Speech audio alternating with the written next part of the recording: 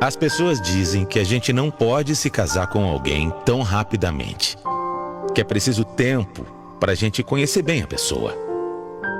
Mas eu digo para você que não é com o tempo que isso acontece. Não é nem depois de casados, vivendo sob o mesmo teto. Nós só conhecemos realmente alguém quando a gente passa por um momento de crise, quando a gente passa por uma dificuldade ou uma dor muito grande. Aí sim é que as pessoas mostram realmente quem elas são. A minha história com a Carla começou há exatamente 18 anos. Quando eu vi a Carla pela primeira vez, eu senti uma coisa que eu nunca tinha sentido por ninguém. E quando as pessoas me diziam isso, né? Tipo, aquilo foi impactante, amor à primeira vista. Eu não acreditava que isso pudesse acontecer comigo.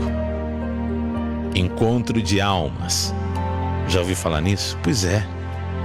O que eu sei é que, naquele momento, eu soube que tinha encontrado o amor da minha vida. Foi algo impressionante para mim. Naquele segundo, eu soube que era com ela que eu iria me casar, sem exagero. Foi muito rápido. Mas como eu nunca fui um cara impulsivo, sempre agi com cautela, sempre pensei bem sobre tudo. Antes de me casar com a Carla, nós namoramos por 4 anos. Foi um namoro leve, divertido, tranquilo e, acima de tudo, feliz. Como nós éramos felizes, meu Deus do céu. Tão felizes que quando chegou a hora de fazer o pedido, já não tinha realmente mais dúvida alguma entre nós.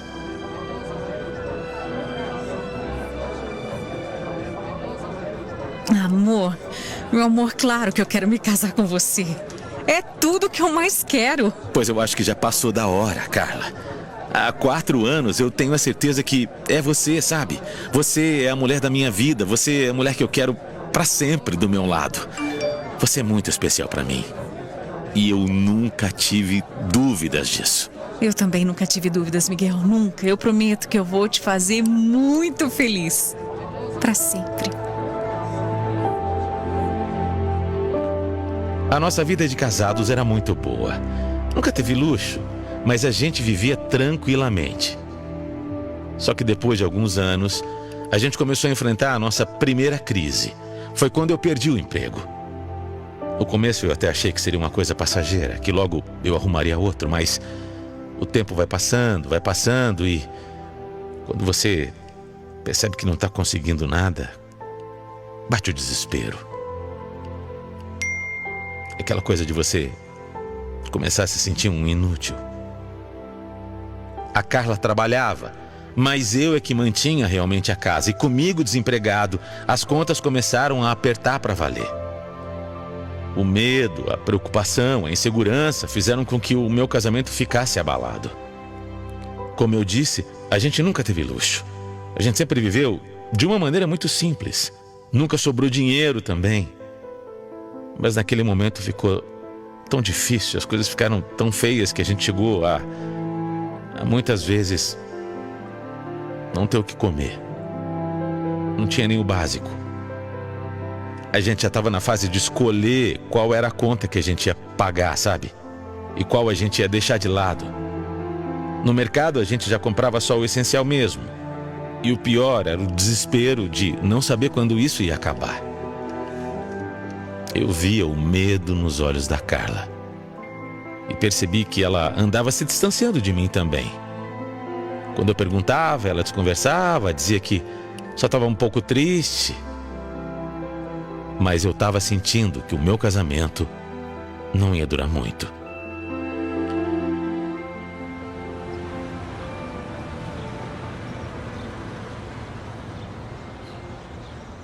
Miguel, eu não aguento mais. Só isso.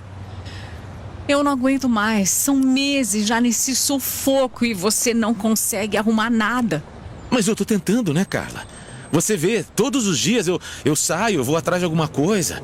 Eu saio de manhãzinha e volto tarde. Eu tô procurando alguma coisa, eu procuro que nem um condenado. Até eu não sei mais o que fazer. Eu sei, mas eu não tô mais conseguindo fingir que tá tudo bem, porque não tá, entendeu? Olha, quer saber? Eu acho que é melhor a gente entregar essa casa e morar com os meus pais, sabe? Pelo menos a gente economiza o aluguel. E nesse momento, a gente tá se apertando muito. De jeito nenhum. Nada contra os seus pais, nada, mas eu não me casei pra morar com mais ninguém além do meu marido.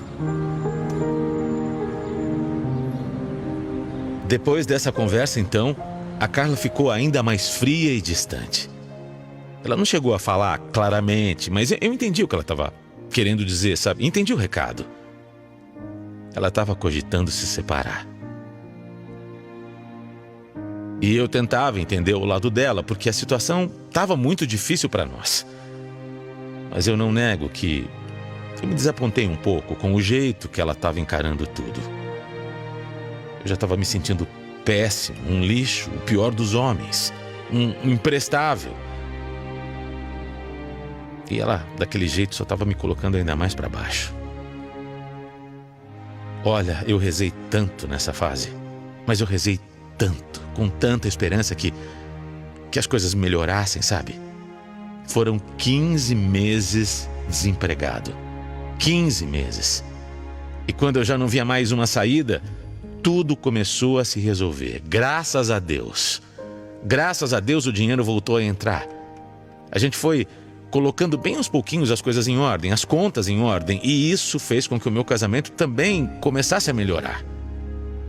Sem aquele desespero todo, eu e a Carla voltamos a nos entender. E o que eu posso dizer é que por uns bons anos, a gente viveu em muita harmonia. A gente nunca foi rico, mas até alguns pequenos luxos a gente conseguia se dar de presente, como umas viagens, sabe, uns passeios, viagem até de avião. Conseguimos até comprar um carro.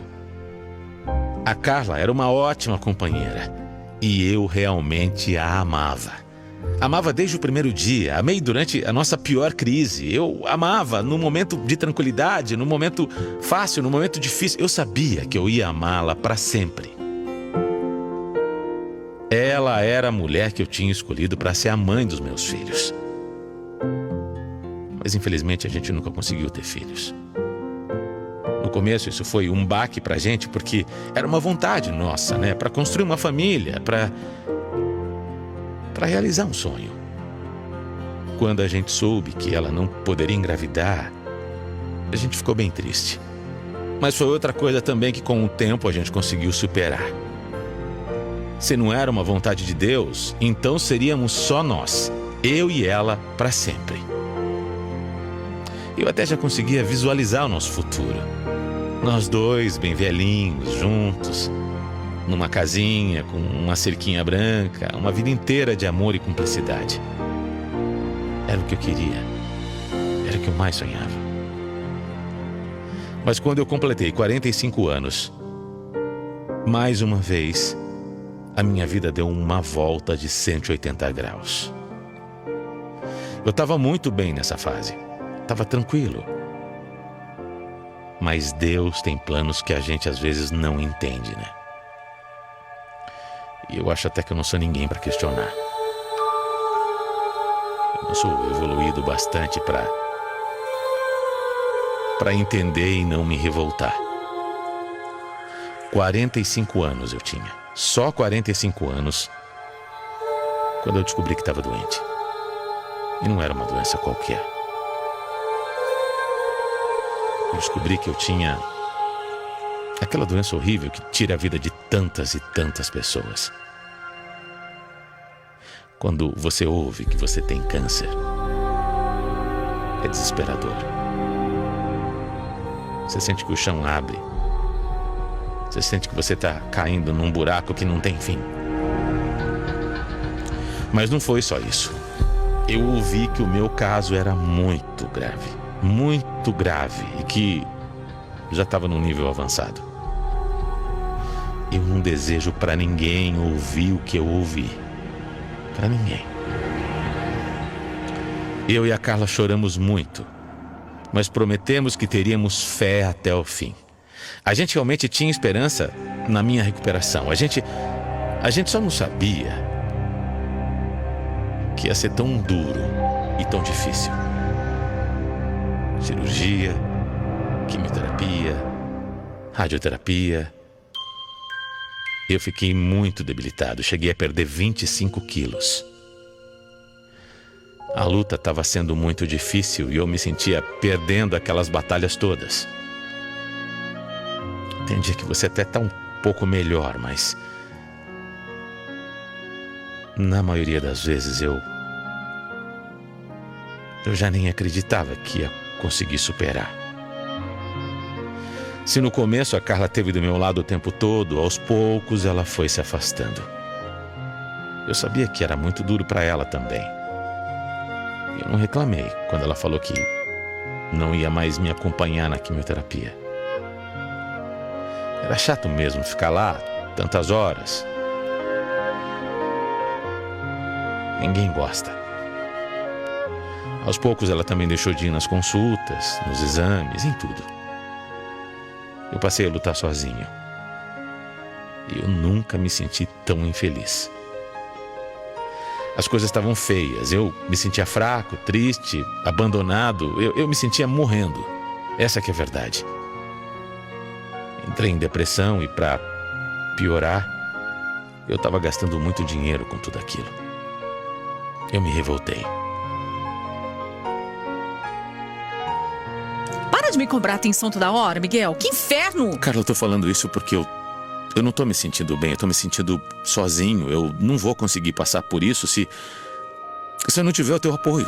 Eu não vou passar por isso se você não estiver do meu lado, entende? Não joga essa responsabilidade pra cima de mim, não. Pode parar.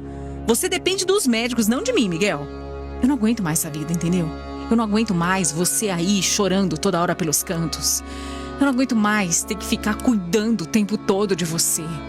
Eu não aguento ter que dar conta de tudo aqui sozinha nessa casa. Eu não aguento você passando mal. Eu não aguento mais você vomitando.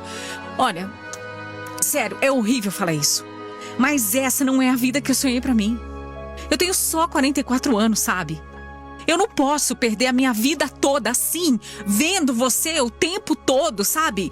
Definhando pelos cantos. Eu não mereço isso.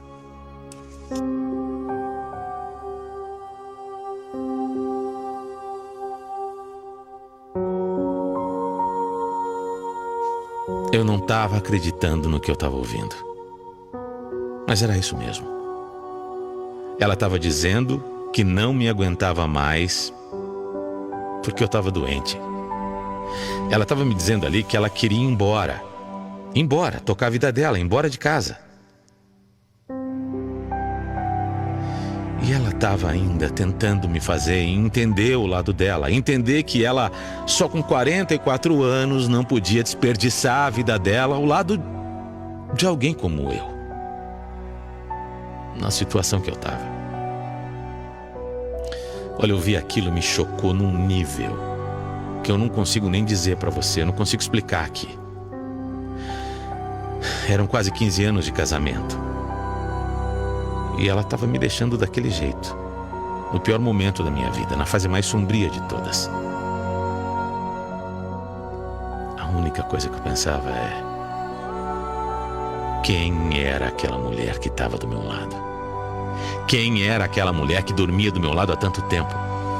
Quem era essa pessoa que eu não conhecia de verdade? O que é que estava acontecendo? Ela estava brincando? Ela estava abalada com a situação? Ela não teve o psicológico para entender que era uma situação difícil? Era real. A Carla pediu o divórcio e me abandonou. Doente. Foi embora. Embora, sem o menor remorso. Mas nada como o tempo, né? Eu vou repetir. Nada como o tempo. Hoje, quando eu olho para trás, eu me pergunto como isso pôde ter me chocado tanto. Ela já tinha dado provas de que o casamento para ela não tinha nada de ir na alegria e na tristeza. Para ela, só era aceitável quando estava tudo bem. No menor sinal de problema, ela afrouxava. Eu já tinha vivido isso antes. Eu já sabia que era assim. Eu já sabia e não tinha percebido. O que eu pude esperar de uma mulher dessas num momento tão delicado como esse? A Carla nunca soube o que é amor de verdade. E, meu Deus do céu, como eu me arrependo de ter ficado tanto tempo sem enxergar de verdade isso. Sem olhar para uma situação que estava ali na minha cara.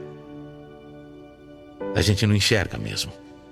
A gente fecha os olhos para tanta coisa. Ela foi embora dizendo que não podia desperdiçar a vida dela ao lado de um homem que estava doente como eu. Mas eu é que desperdicei quase 2 décadas ao lado de uma pessoa doente de alma. Eu joguei anos da minha vida no lixo, anos que nunca vão voltar. E eu nem sei se eu vou ter tempo de aproveitar mais alguma coisa, até porque, olha, eu sigo em tratamento, mas eu não sei. Eu não posso dizer se eu vou me recuperar. Até essa minha esperança essa mulher levou. Eu quero voltar a ter fé. Fé em Deus, fé nas pessoas, fé na vida. Mas hoje tá difícil. Tá difícil acreditar em alguém. Tá difícil até acreditar que eu vou melhorar. Mas fica a lição. Olhe bem ao seu lado. As pessoas, no geral. Mas olhe com olhos de ver. Entenda que, às vezes, a situação, ela pode parecer que é normal. Mas é porque a gente não está enxergando. A gente fica cego mesmo. Para muitas coisas. Muitas. Se eu conseguisse, ou se eu tivesse com os olhos atentos e bem abertos, eu teria enxergado tudo isso e minha vida seria diferente, sim. Abre os olhos, viu? Porque a vida te dá milhares de sinais. É só você enxergar.